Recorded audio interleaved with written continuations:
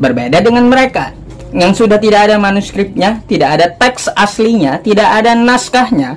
Paling naskah-naskah yang ditemukan seperti naskah Laut Mati, katanya gitu ya. Nah, itu mereka tidak mempunyai manuskrip satu biji Bible mereka.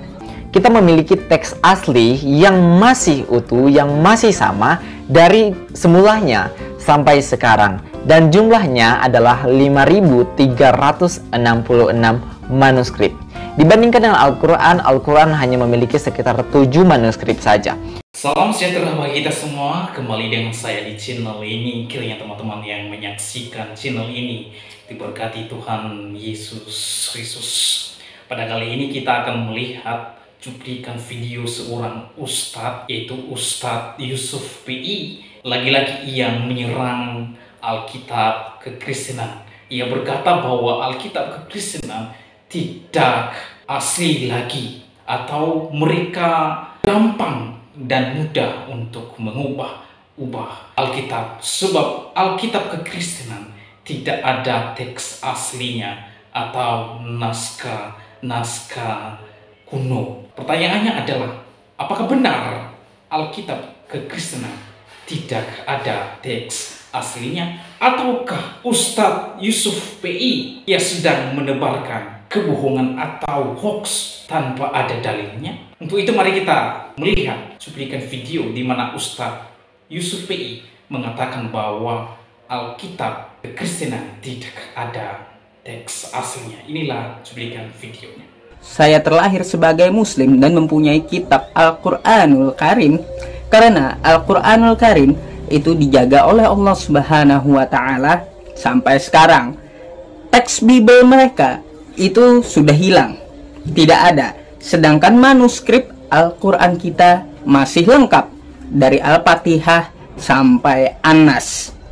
Nah, saya mempunyai manuskrip dari data yang dari sejak zaman Utsman bin Affan. Kalau antum mau, silahkan hubungin saya. Saya akan berikan PDF-nya. Berbeda dengan mereka yang sudah tidak ada manuskripnya, tidak ada teks aslinya, tidak ada naskahnya. Paling naskah-naskah yang ditemukan seperti naskah Laut Mati, katanya gitu ya. Nah, itu mereka tidak mempunyai manuskrip satu biji Bible mereka. Berbeda dengan Al-Quran kita. Maka dari itu mereka dapat dengan gampang gitu untuk mengubah kitab mereka sendiri. Teman-teman, di dalam cuplikan video tersebut Ustadz Yusuf PI berkata bahwa teks Alkitab sudah hilang, tidak ada lagi teks aslinya. Sedangkan manuskrip Al-Quran masih lengkap dari Al-Fatihah sampai An-Nas, tidak ada. Berbeda dengan Alkitab kekristenan, bahwa tidak ada teks asli, naskah satu biji pun. Maka untuk itulah mereka sangat mudah untuk mengubah Alkitab. Untuk mengcounter argumentasi ini, ada seorang anak Tuhan yang sungguh sangat mudah sekali, saudara, yang menjelaskan apakah Alkitab tidak ada teks aslinya, ataukah Al-Quran yang hanya sedikit naskah teks aslinya. Mari kita melihat cuplikan videonya. Dan kali ini kita akan membahas mengenai apakah Alkitab kita, Injil kita sudah dipalsukan karena setiap saat, setiap detik katanya selalu saja direvisi. Nah, kalau permasalahan dari teman muslim kita adalah perevisian terjemahan bahasa Indonesia, bahasa Inggris, atau bahasa Arab yang tadi aku bacain, jelas Al-Quran juga mengalami hal yang sama. Kalau begitu, Al-Quran juga direvisi dong. Karena Al-Quran mengalami beberapa revisi di dalam terjemahannya.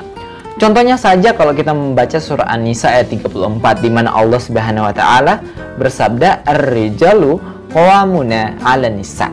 Di mana kalau kita melihat di dalam terjemahan tahun 1990, kata qawamun ini diartikan sebagai pemimpin. Kalau kita lihat pada edisi penyempurnaan 2002, kata qawamun jadi pelindung. Kalau kita lihat pada penyempurnaan 2019, kata qawamun jadi penanggung jawab. Artinya, di dalam terjemahannya sendiri selalu saja ada perbedaan dan selalu saja direvisi. Tetapi, apakah dengan penggantian arti kata qawamun itu digantikan? Tidak. Demikian juga dengan Alkitab, terjemahan kita selalu saja pasti akan kita revisi. Kenapa? Karena itulah tujuan dari terjemahan, supaya orang yang membaca teks aslinya bisa memahami lewat terjemahan. Dan kita tahu bersama bahwa bahasa itu adalah hal yang dinamis, artinya selalu berubah. Tahun 1990, tahun 2000, tahun 2022, bahasa Indonesianya tetap masih bahasa Indonesia, tapi gayanya pasti sudah berbeda dari masa ke masa. Oleh karena itu, kita butuh untuk merevisi terjemahannya. Tapi, apakah dengan merevisi terjemahan-terjemahan tersebut, kita memalsukan Alkitab kita? Jawabannya adalah tidak. Kita memiliki teks asli yang masih utuh, yang masih sama dari semulanya sampai sekarang. Dan jumlahnya adalah 5.366 manuskrip. Dibandingkan dengan Al-Quran, Al-Quran hanya memiliki sekitar 7 manuskrip saja. Kita memiliki 5.366 manuskrip, di mana beberapa manuskrip diantaranya hanya berjarak belasan tahun dari kematian Yesus. Kalau Al-Quran jelas berjarak sekitar beberapa puluh tahun, bahkan ratusan tahun dari kematian Nabi Muhammad. Karena kita tahu bersama bahwa Al-Quran, teks-teks Al-Quran pernah dibakar oleh Utsman. Untuk apa? Untuk menyeragamkan semua Al-Quran. Jadi yang belum tahu, teks-teks atau manuskrip-manuskrip Al-Quran yang lain itu sempat dibakar oleh Utsman untuk penyeragaman, untuk supaya Al-Quran itu seragam. Dan jelas dalam kekristenan kita tidak melakukan hal demikian. Membakar kitab suci, membakar tulisan-tulisan suci itu adalah hal yang diharamkan di dalam Yahudi dan Kristen. Tapi meskipun kita memiliki 5.366 manuskrip dan jarak yang sangat-sangat dekat dengan peristiwa, bahkan akurasinya sangat-sangat tinggi, Alkitab kita masih saja dibilang palsu. Tapi it's okay, itu kembali kepada pemikiran kita sendiri. Apakah kita mau percaya dengan bukti yang empiris, bukti sejarah yang ada, atau kita mau percaya saja apa yang dikatakan kepada kita dan imani saja.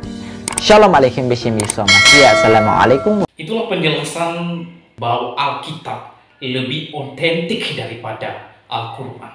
5.000 lebih teks asli daripada Al-Quran yang hanya sedikit teks aslinya. Pertanyaan saya, mana yang lebih otentik, Alkitab atau Al-Quran? Teman-teman silakan komen di bawah. Tuhan Yesus memberkati kita semua.